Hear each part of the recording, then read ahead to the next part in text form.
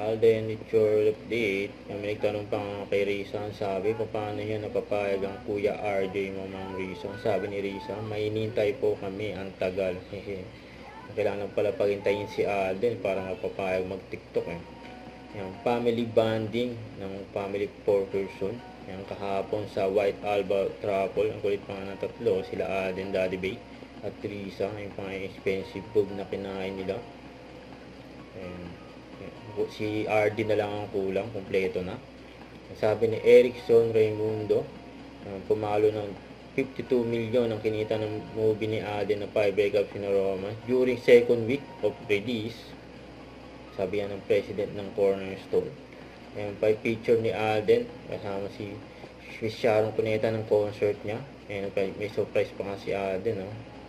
Flowers sa backstage na siyempre aabangan sa Pasko, December 25, movie nila Alden Richard at Miss Sharon Cuneta na Family of Two o A Mother Son Story.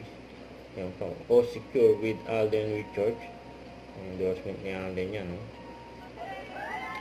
Kaya naman, during black screening ni Alden nung nakaaraang araw, Hi, Arden! Hi, Nanonood na ba kayong movie? Yes! Yes! Lahat ng bibili ng 5 breakup tickets ngayon, may libreng pinto sa akin. Wow! Kami po yung sa pila. Kami sila yung pila niyo. third week.